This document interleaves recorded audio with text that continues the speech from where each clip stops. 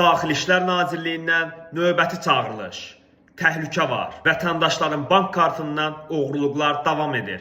Bununla bağlı Daxili İşlər Nazirliyi məlumat verib. Bildirilib ki, kartın üzərindəki CVV, CVC kodu, SMS vasitəsilə ötürülən OTP kodu, digər sizə məxsus sistemlərlə giriş üçün lazım olan login və şifrələr, kartın PIN kodu məxfi məlumatlardır. Bu məlumatlar naməlum şəxslərə verildiyi halda hesabınızda olan pullar, yaxud pul yoxdursa, kredit formasında sizə zərər vuracaqlar. Mayın 1-də ayrı-ayrı vətəndaşlara müxtəlif kiber üsullarla 13697, 7000, 2800, 2400, 723, 349, 220, 150 və 104 manat pul vasitələri bank kartından oğurlanıb. Bir daha vətəndaşlara şübhəli zənglərdən gələn cəlbedici qazanc, sığorta, viza işləri, bank hesablarınızın möhkəmləndirilməsi, mədaxil üzrə ödənişlərlə əlaqəli təkliflərə diqqətlə yanaşmağı tövsiyə edirik. Qəti formada şəxsi bank məlumatlarınızı naməlum şəxslərə verməyin.